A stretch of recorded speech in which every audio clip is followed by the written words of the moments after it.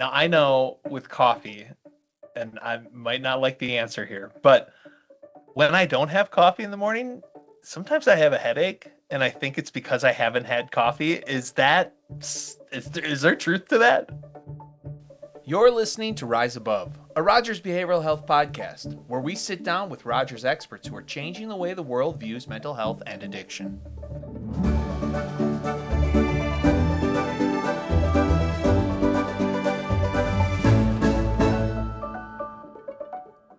Hello, listeners. Welcome to another episode of Rise Above. If you heard that intro, you're interested to know what the answer is, stay tuned. Today's topic, energy drinks, caffeine, coffee. Now, as we all know, energy drinks are everywhere, on our desks, in our cars, sometimes in our hands, maybe in my fridge right now. And I'll be honest, I genuinely enjoy a good cup of coffee in the morning, maybe two. And every now and then, an energy drink sneaks into the mix in the afternoon. What does that caffeine actually do to our mental health? What does it do to our sleep, our anxiety, our focus, our stress levels? Especially when energy drinks are designed to hit hard and fast. Now, whether you're someone who lives on cold brew, relies on the occasional energy drink, or are just curious about how these products affect your mental well-being, well, this conversation is for you. And today, this conversation is with Catherine Edensauce, a registered dietitian here at Rogers Behavioral Health. Catherine, thank you so much for joining me. Yeah, absolutely. Thanks for having me. So I kind of gave your introduction, but can you introduce yourself, your background? Sure. So I'm a dietitian. I work in the eating disorder program specifically. I've worked also in just general mental health and OCD as well, but eating disorders sort of is where my home has been found. I work with primarily child and adolescents, but I also work with adults as well. So I'm kind of, have a big population of people I work with. And so I feel like overall, talking about different nutrition topics can be really applicable to a lot of people.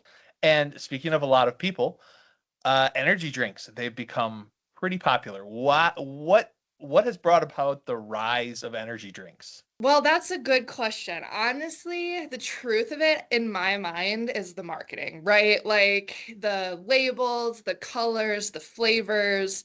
I think that energy drinks have become this sort of quick fix for people where they don't want to maybe put in as much work into getting energy in other ways, maybe from like a morning workout or having a big balanced breakfast, right? Because that Perhaps a takes full more night's time. sleep. Yes, right. So energy drinks are I'm just going to stop at the gas station and grab something and go. And I sort of think of it as this like Band-Aid mentality, right? Like, let me just do what I have to do to get through the morning or the day. Sure. Well, and I would say the good news is they're perfectly healthy, right? Right? Tell me they're healthy.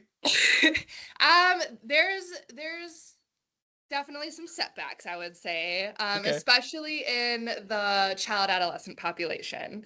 Now, I'm not totally anti energy drinks, Okay. right? So we can dive more into that, but I do think the awareness around them and, maybe the frequency that people are using them should be Mhm. discussed. So, I mean, what type of impact does it have on people's mental wellness? All in all, energy drinks obviously pack in a bunch of caffeine, right? And on top of that, they generally have a lot of sugar as well. Sometimes Mhm. they're, sugar free, but it just depends. And when someone consumes a bunch of caffeine and sugar, all at once, it can really like replicate similar signs of like anxiety, like increased heart rate, shakiness, like palms getting sweaty, things like that. Um, in addition, it's just not beneficial for children and adolescents who are, growing and developing and working on learning to cope with anxiety and emotions and things like that. Hopefully without like a substance like caffeine, right? Like it does interfere with some of that just natural development. And the other aspect I would say is, sleep disturbances. Kind of like you said, like a full night's sleep is huge for mental wellness. Okay. Mhm. And the kicker with energy drinks is people have gotten used to having them way too frequently, right? Like 3 to 4 a day. Sometimes it runs into the afternoon or the evening, and then that can really impact their quality and quantity of sleep, which, that's a whole nother realm of discussion, but not adequate sleep leads to, irritability, frustration, anxiety in itself. Well, what would you say? I mean, that reminds me of coffee. People rely on coffee every day. Is there a difference? Not majorly. Both drinks offer sort of that quick fix, right? Mhm. But I think coffee is slightly more like morning based, right? People tend to have a coffee in the morning, and then there's pretty good awareness around if you drink coffee in the evening, you're not going to sleep well. Now, that doesn't stop everybody.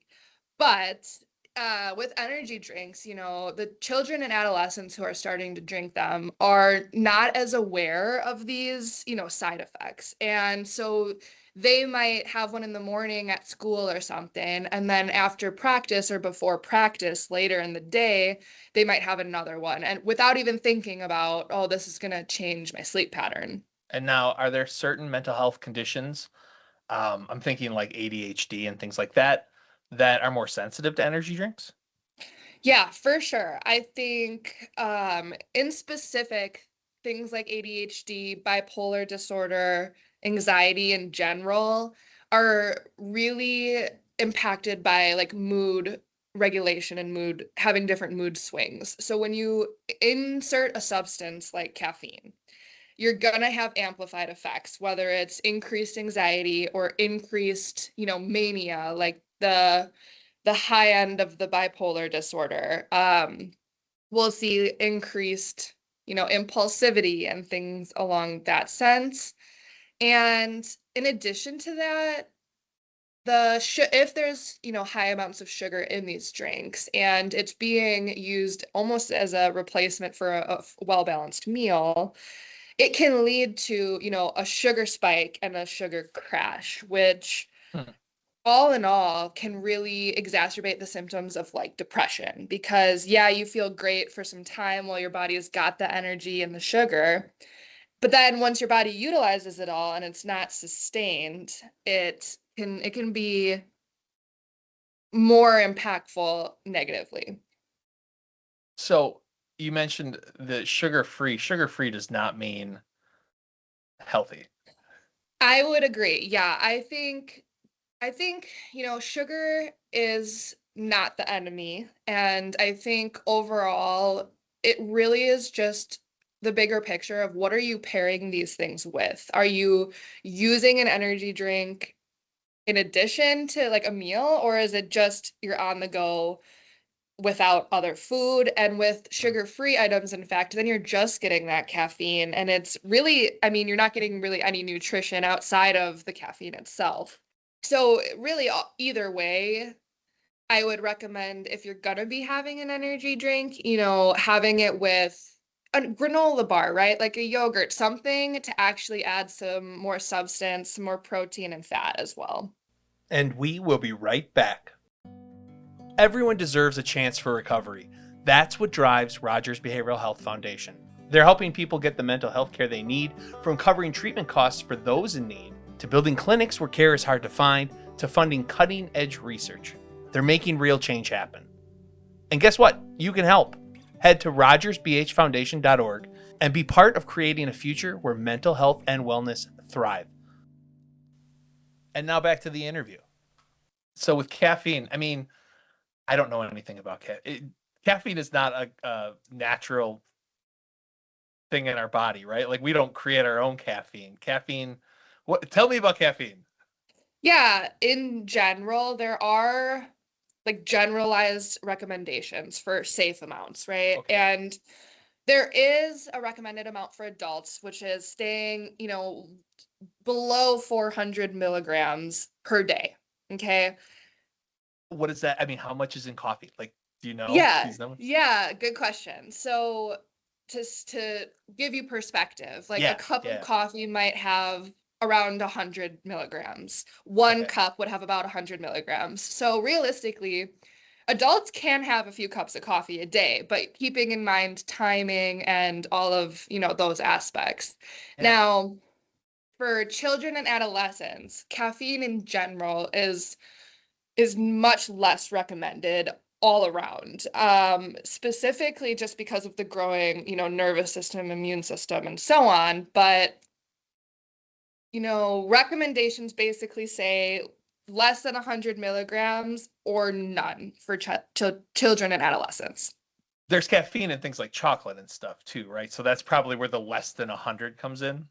Yeah, there is. So also in like teas and just other random food products do Yeah. contain some small amounts. So it's kind of challenging to completely avoid it, right? In some Right. sense, but a child shouldn't be utilizing a cup of coffee or an energy drink for their go-to, like, let's wake up and get ready for school. Right, right. So are there long-term mental effects of energy drinks?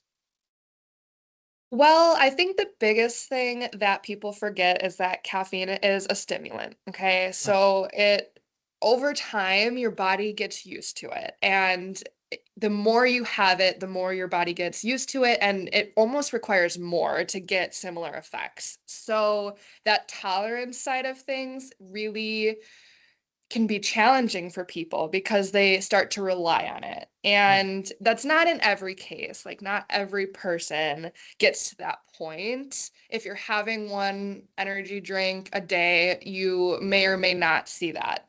Mhm. However, for people who are using them just as like drinking water, right? Instead of drinking water or instead of drinking Gatorade, they will see tolerance and they will see increased irritability Mm. over time if they're not having the same amount, which then leads to, spending more money on them and just like this kind of cycle of increasing use and requiring it. Sure. So now I know with coffee, and I might not like the answer here, but when I don't have coffee in the morning, sometimes I have a headache, and I think it's because I haven't had coffee. Is there truth to that? There's definitely truth to that. Oh no. Yeah, I think, like I said, like one cup of coffee a morning for some people may not cause effects, but for others, if you're doing it every single morning, your body gets used to that. And then it Mhm. relies on that little jump in caffeine or that jump in sugar or cream or whatever you're putting in it, right? And we are habitual people. Humans are habitual people. So it's not just that aspect as well. It could be related to if you're waking up and having coffee, like, are you having water when you wake up? Because while we sleep, Mm. we get, more dehydrated, and being dehydrated can leave us with headaches and, similar Okay. Yeah. symptoms. So maybe it's just a lack of water, is what you're saying. Maybe it's both, is what I'm Okay. All saying. right. Um, are there other symptoms besides like I said, a headache? Like what other symptoms would be a symptom of withdrawal from caffeine from energy drinks? Yeah, so there's quite a few, honestly. Like elevated blood pressure, nausea, GI upset, it really can impact the stomach and digesting. So coffee in itself can change how we digest things. And if you are used to having coffee in the morning and then all of a sudden you don't, it can increase that general stomach discomfort. Hmm. And, withdrawal in more severe cases, it can bring like flu-like symptoms, right? Like muscle pain, stiffness, and just, drowsiness overall. And we will be right back. Real quick, I wanted to take a moment to talk to you about WISE, the Initiative for Stigma Elimination. It unites people across the nation to support those touched by mental illness and addiction. The compassionate approach champions personal stories and powerful connections, fostering healing by reducing stigma through evidence-based practices. Rogers Behavioral Health supports the work of WISE through their Community Learning and Engagement Department. WISE collaborates with a diverse network of organizations and individuals united in the fight against stigma. You can learn more about WISE, explore their 4 key programs, and connect with them by visiting the website www.eliminatestigma.org. And now back to the interview. What are the alternatives to energy drinks? And I'm sure it's sleep, but Yeah, well, that's challenging because there's a lot of ways that we can get sustainable energy, whether it's sleep, balanced nutrition, physical activity, and so on. hmm, I think the kicker is that people want that jump, or like they really rely on that tradition, right? Like, I want my coffee in the morning, I want my energy drink in the morning. So you have to replace that aspect as well. You can't just rely on a good night's sleep or a hmm. balanced breakfast. Like, maybe it's replacing your energy drink with a smoothie, and maybe that takes a little bit more time, but it's something that you could incorporate into your daily schedule that provides, more nutrition in addition to the sugar, right? Protein, fats, and other things. And then you can bring that to work or to school and still feel that sense of satisfaction. It provides you with the structure or the repetition, the pattern. Right, right. And, there's so many ways that realistically people are probably missing out on just general sustained energy. Sleep is a big one, but, stress management is another one, especially in behavioral health. If anyone is, constantly feeling anxious or constantly, having their mind spinning, right? Like, that just drains us as well. And that's a common drive for some of these, energy drinks or coffee, is just wanting to not feel that stress and mental exhaustion. So other ways to just work through stress would be, the same kind of idea, in moving around your body more, taking short walks, whether it's in the middle of your work day or in the middle of your school day, and overall just thinking about it bigger picture. Hmm. Okay, so now I'm not speaking. This is not me, listeners. You're on a 2 or 3 energy drink a day habit.